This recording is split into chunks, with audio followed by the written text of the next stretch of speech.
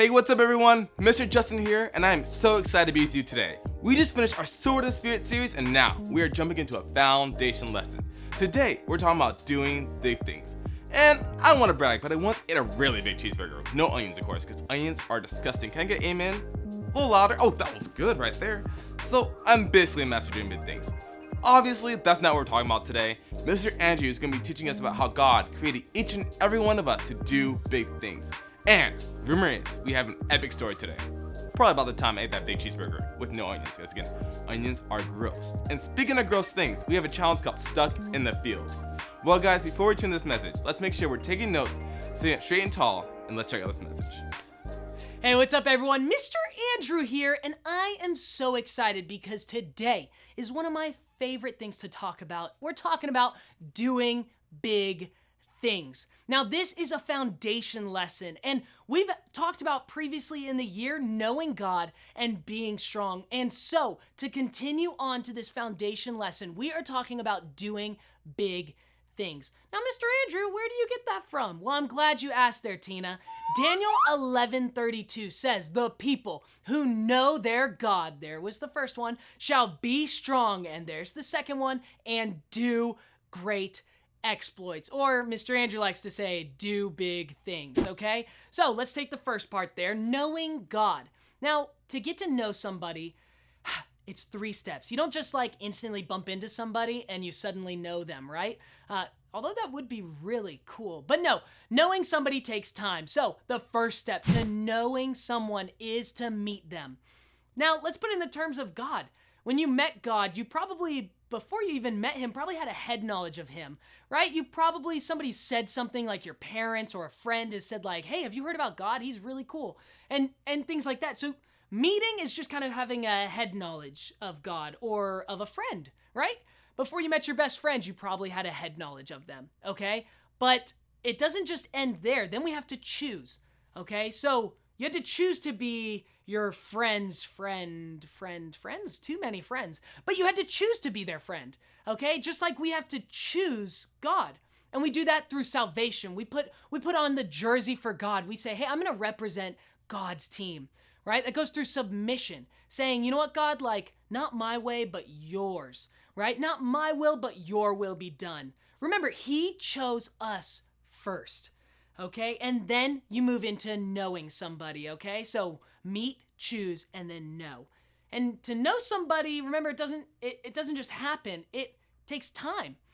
So when you know someone, you truly have a friendship or a relationship with them. And relationships take time. Your friends, right? You didn't just bump into them and become friends. No, you took the time to get to know them, to realize, hey, you know what? We both hate vanilla ice cream. And so guess what? We're gonna be best friends, right? Anyone out there? No? Okay. Anyways, I guess just me. All right. And then we talked about being strong. Now, what does it mean to be strong? It's all about being strong in not our own ability, not in us, but being strong in God. Now, how do we become strong? See, strength comes from a breaking down of something. So if you want to become as tall as Mr. Andrew, I'm just kidding. You probably want to become as tall as Mr. John or Miss Amber. They're a lot taller than me. But you want to become as strong as them or as tall as them, you have to eat right.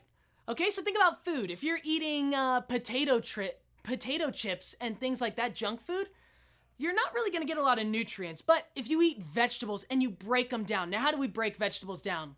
By chewing them. So you chew on vegetables to break it down to get the meat of it. The nutrients, right? The vitamins.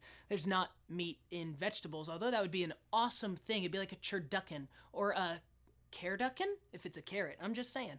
All right. And so with God, we have to have more of God and less of us. We have to have a breaking down of ourselves. Isaiah 40 verse 10 says, "Don't be afraid, for I am with you." Oh, wow, that's so awesome. God is with you. Don't be discouraged, for I am your God. I will strengthen you and help you. I will hold you up with my victorious right hand. Remember, we talked about we're not just strong to be strong. God's not just like, cool, you're strong, there you go. Like, woo. No, we're strong to do.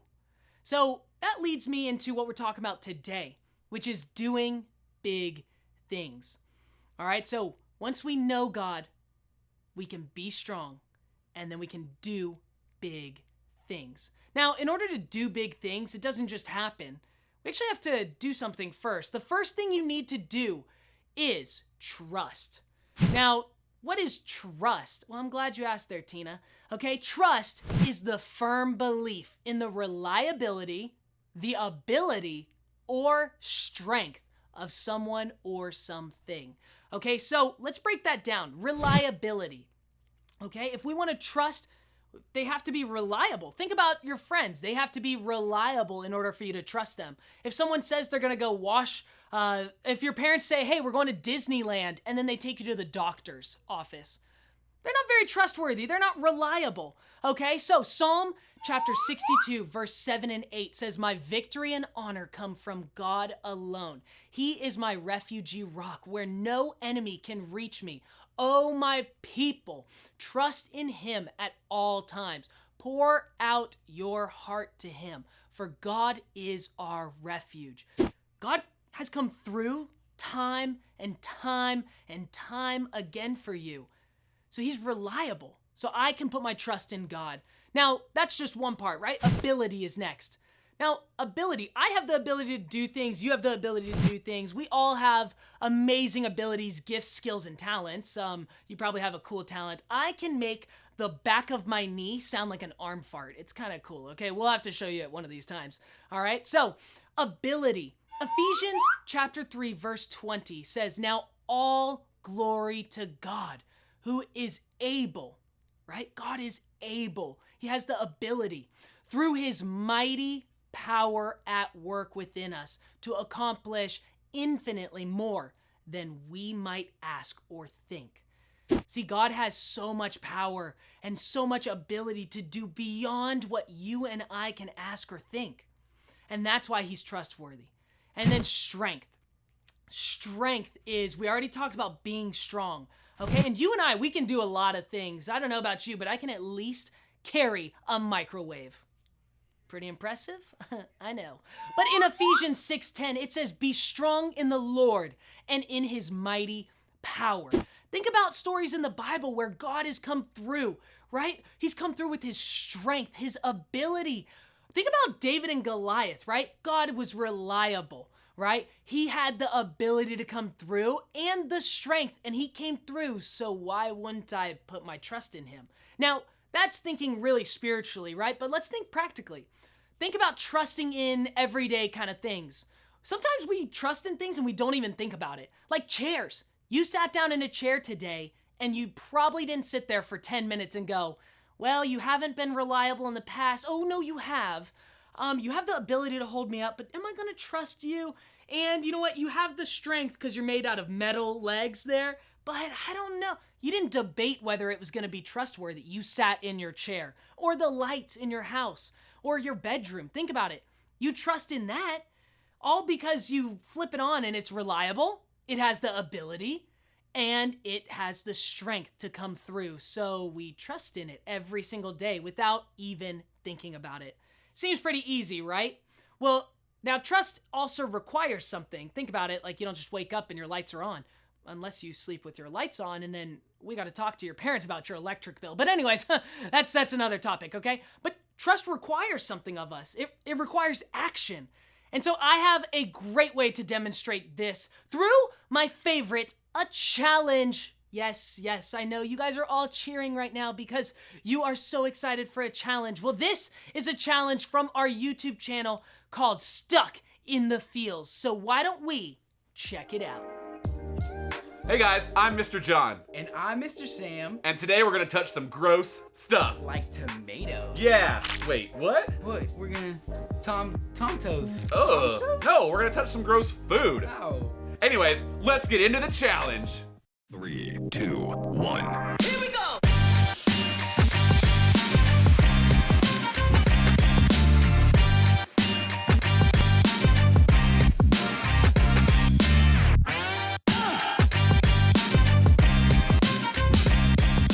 All right, this is Stuck in the Field. Round 1, Mr. Sam's gonna reach inside the box, touch the gross food, and he's gonna have 20 seconds to guess what it is. Are y'all ready out there? Are you ready, Mr. Sam? Uh-huh. All right, let me get this in the box there. Let me see it. Oh, no, it's running. It's moving. Oh, What? okay, it's good. I thought it was food. All right, you can move your blindfold off. Ready? Here we go. And we started. Uh-huh. Meatballs? No, not meatballs. Oh, it's slimy. Oh, is that chicken? Pizza? Oh, chicken pizza? Chicken pizza? No. No. What is this? You don't want to put this on Is pizza? it broccoli? 3, Cheesy 2, broccoli. 1. Yeah! He got it, cheesy broccoli, and we all know that's disgusting. Ew. Okay, round 2, Mr. John's turn. Oh no. Oh no. All right, you have 20 seconds to guess. Okay, is it in the box? It's in the box. Okay. Once you put your hands in, you touch the food. Timer starts. Oh. And timer has started. Let's go. Okay. All right, let's see. It's oh, it's long. Oh no, is it a salmon? Is it? Oh, it's bacon. It's bacon. Oh, he Yeah, it's bacon. Let's go. All right, guys, round 3. Here's what's gonna happen. We're each gonna put one hand in the box. My hand in here. Sam's hand. My hand in there. over here. Yeah, over there. You Not got the it. same side. Not the same side. Okay. And between the two of us, we've got 20 seconds. First person to guess it right. Wins. What do they win? Catches the dog. Mr. Andrews soccer cleats. And his car. Whoa! That's what I'm talking about. New car. All right, you guys ready? Let's count it down. 3. Hand in the box. 2. Almost touched the stuff. 1. Go! Go. Oh, it's Mr. Sam's hand. It's tomatoes. Oh, okay, here we go. Oh no! Is it Ramen noodles? Oh. Rice? is it grass? It's grass. It's gotta be. Oh no, weeds. it- Oh, seaweed. Seaweed? Oh, taco Spaghetti. seasoning. Taco seasoning. Oh. Oh, Is it a wig? oh It's no. my mom's hair. Ow, No. 20 seconds. Okay, last guess. What's your last guess? More broccoli with cheese. It's not that, okay. My last guess is gonna be.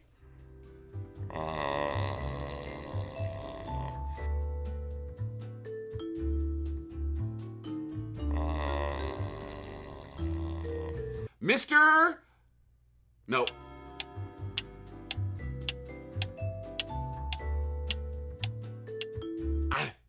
Taco lettuce. Taco lettuce. Okay, that's it. Here's what it actually is. Let's see. My hand is blue. Yikes. I might have some trust issues after that challenge. But think about this challenge. It required action, and that's what trust does. Trust requires action. And I'm trusting as I put my hand, right, the action, as I'm putting my hand in there to feel what it is, I'm trusting that it's not gonna be something like a June bug or something spiky like a sea urchin, which I don't know how you would get that, but you know what I mean? You're just trusting. Okay, so trust requires action, and action equals obedience. Let's talk about obedience a little. So you can say that you trust all day long. Should I try that? I don't know. That'd be a long day of a lot of just saying trust, trust, trust, trust, trust, trust, trust, trust, trust. Anyways, you can say you trust all day long, but we know that we trust when we follow through or obey. Trust is obedience. See, there's these people in the Bible, and they trusted for a while, but whenever it required action, you can see in obedience, they actually didn't trust. It's the Israelites. See, the Israelites were all about following Moses out of Egypt. You remember this story? And then they were like, woo, woo, we're being set free, yay. They were probably way more excited than that. I don't know why I said it that way. But anyways, they trusted in Moses and God to get them out of Egypt and being set free until they got to the promised land, they got to Canaan, and they saw the giants. Probably like 3 times as big as Mr. John, which would be pretty giant, I'm not gonna lie. All right, and remember this story where they were at the edge of the promised land and there were so many spies that went in, and 10 spies said, no, there's no way. We can't do this. And then Joshua and Caleb, right, the two other spies, they said, yo, we can take this. We can do it. Okay, you remember this story, right? Now, who was right? Okay, when they're looking at the promised land and they see a land flowing with milk and honey and giant grapes the size of basketballs. Whoa, that would be wild. Well, who was right? They actually both were, so it's kind of a trick question. Okay, Joshua and Caleb, they had faith in God's ability, his reliability, and his strength, right? That's trust. They trusted God. Now, the other 10 spies, they didn't. They were looking at themselves and their own abilities, their own reliability, and their own strength, and they said, there's no way we can do that, because they didn't have the faith needed to take the promised land. They had to stay out because God knew they would have been defeated. Yikes. See, they didn't have trust. They didn't know how to trust in God, in his strength, in his ability, and his reliability. Now, fast forward, right? Fast forward 40 years, right? Imagine me with the beard and like a... Fast forward 40 years, and finally, the only people who trust in God were left. So now they were ready to enter the promised land. And we're going to pick up our story with me drawing on this whiteboard. No, I'm just kidding. No, we're going to go and tell you more about this story through an epic story. Let's check it out. The time has come, Gabriel, for our epic battle! You will never win, Master Andrew. I have something to tell you! And what is that? I am your...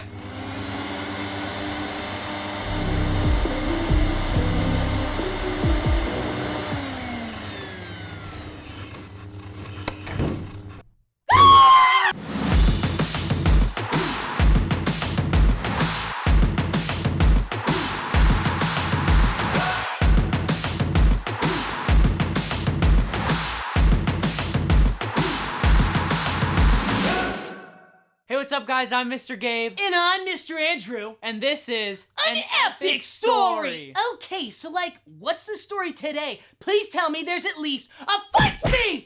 Today's story is Joshua and Jericho, and actually there is a fight scene. Yes! But first, we've got to rewind back to the Old Testament. Okay. Whoa! Why is it so dark? Let there be light. Thank you. I think we rewinded a little bit too far. Let's try that again. Okay. Oh my goodness! Look at the lion and the bear. They look like... Too fast, go! Here we are. Wait a second, I've seen this place before! We're outside the promised land again! Wait, is this where they all come back to take the promise? Is this the epic conclusion? Tell me how it ends! Tell me how it ends! Andrew, chill out. I'm going to tell you. I'm so excited! Moses had died a short time before. Wait, what's happening? We're gathered here today! No. Moses had died a short time before, making Joshua the new leader. Joshua went with some new spies into the city of Jericho to go check it out. I'm counting 5. No, 6. 6 tangos, over. Sure. They went into the city to look at its defenses and to look for weaknesses. Yeah, I knew that. While they were there, the king of Jericho found out they were spies and sent his guards after them. Thankfully, they met a woman named Rahab. I'm a lady named Rahab. Rahab hid them on her roof and lied to the guards that the spies had left the city. They went that way, far from here, not close by at all. Don't look up. When the guards left, Rahab helped them escape down the wall of Jericho, and to thank her, Joshua promised that her and her family would be spared when they defeated the city. So Joshua and his spies returned to the Israelites, excited for battle. The time has come! The whole tribe of Israel needed to cross the Jordan River in order to get to the Promised Land, but the river was in flood stage. In other words, the water was really high. I am ready! You don't need all that. Of course I do. The river was flooded. How else am I supposed to get to the other side? God told Joshua to have the priests step into the river carrying the ark. See, I told you I would need all of this stuff. Don't worry, ma'am! I'll save you! And when the priest stepped into the river, instead of being washed away, the water parted and they stepped onto dry ground. Oh! I'm okay! Everyone made it across safely, and they left a pile of stones to mark the place to remind themselves of God's miracle. They were ready for battle. But because of their last visit, the gates were locked with no way in to take the city. Gabriel, nothing is ever locked. Oh! Nothing is ever locked. Ow! Nothing is ever locked! Spidey sense, don't fail me now! Yeah! This is impossible. God told Joshua his plan. Sunflowers? Really? The first day, the Israelite army walked around the walls of Jericho one time, priest first. Woo! We're gonna beat you! And they were absolutely silent.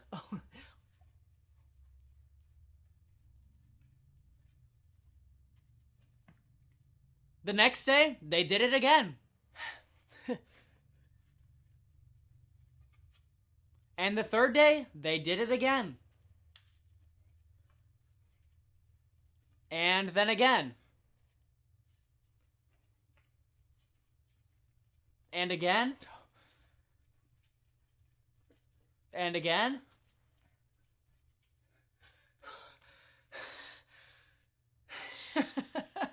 And then they had a Capri Sun.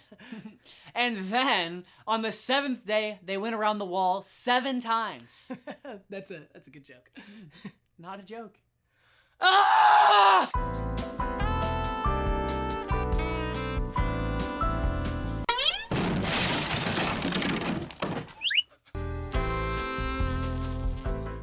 And when they finished the final lap, they shouted at the top of their lungs and blew their trumpets.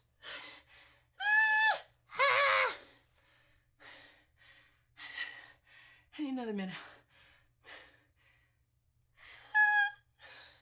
At that, the walls of Jericho fell.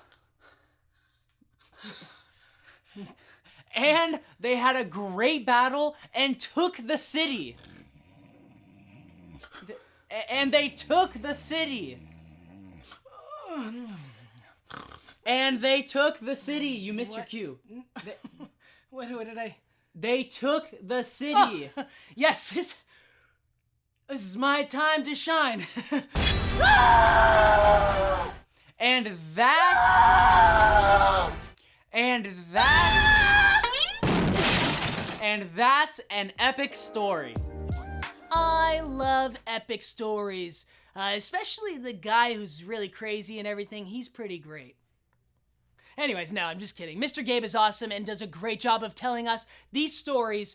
And so, think about it. Joshua and Jericho was a huge thing, right? It looked impossible. It was, if we're thinking of doing big things, it was a big thing. It was a big challenge. But God leads us in steps that we can take. Big things, right? Do big things. Big things are just made up of small little steps of obedience. Whoa. Right? Mind blown. God led his people into the promised land, not quickly, but slowly, so that they would not be overtaken. He wanted to make sure, do you trust me? Well, if you trust me, take this small step, and why don't you take this one city at a time, and this one step at a time, right? And so as they did that, then he realized, you know what? You guys do trust me. You can do big things. See, small things are for your benefit. Doing chores or schoolwork are actually for your benefit. It might not seem like it in the moment, I know. Think about taking out the trash or even doing your schoolwork or doing chores. Like, those are small steps. And as we do them over time and everything, it's actually doing big things in us, right? It could be teaching us lessons and teaching us to be responsible, okay? So doing everything for God is what it could be teaching us too. That's actually a biblical principle. In 1 Corinthians chapter 10, verse 31, it says, "So whether you eat or drink or take out the trash or do your chores or your schoolwork or whatever you do. That's the Mr. Andrew version, right? Whatever you do, do it all for the glory of God. See, God gave Joshua the exact steps that he needed to take to see victory, which was one small step of obedience at a time. See, faith is what brought those walls down. The walls of Jericho didn't fall by force, right? You didn't see the Israelites run up and start attacking it. No, they walked around. They took a step of faith, an action, obedience, right?